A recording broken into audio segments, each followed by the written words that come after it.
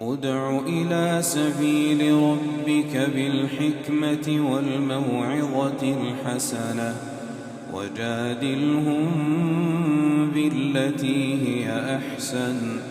إِنَّ رَبَّكَ هُوَ أَعْلَمُ بِمَن ضَلَّ عَن سَبِيلِهِ وَهُوَ أَعْلَمُ بِالْمُهْتَدِينَ وَإِنْ عَاقَبْتُمْ فَعَاقِبُوا بِمِثْلِ مَا عُوقِبْتُم بِهِ وَلَئِن صَبَرْتُمْ لَهُوَ خَيْرٌ لِّلصَّابِرِينَ وَاصْبِرْ وَمَا صَبْرُكَ إِلَّا بِاللَّهِ ولا تحزن عليهم ولا تك في ضيق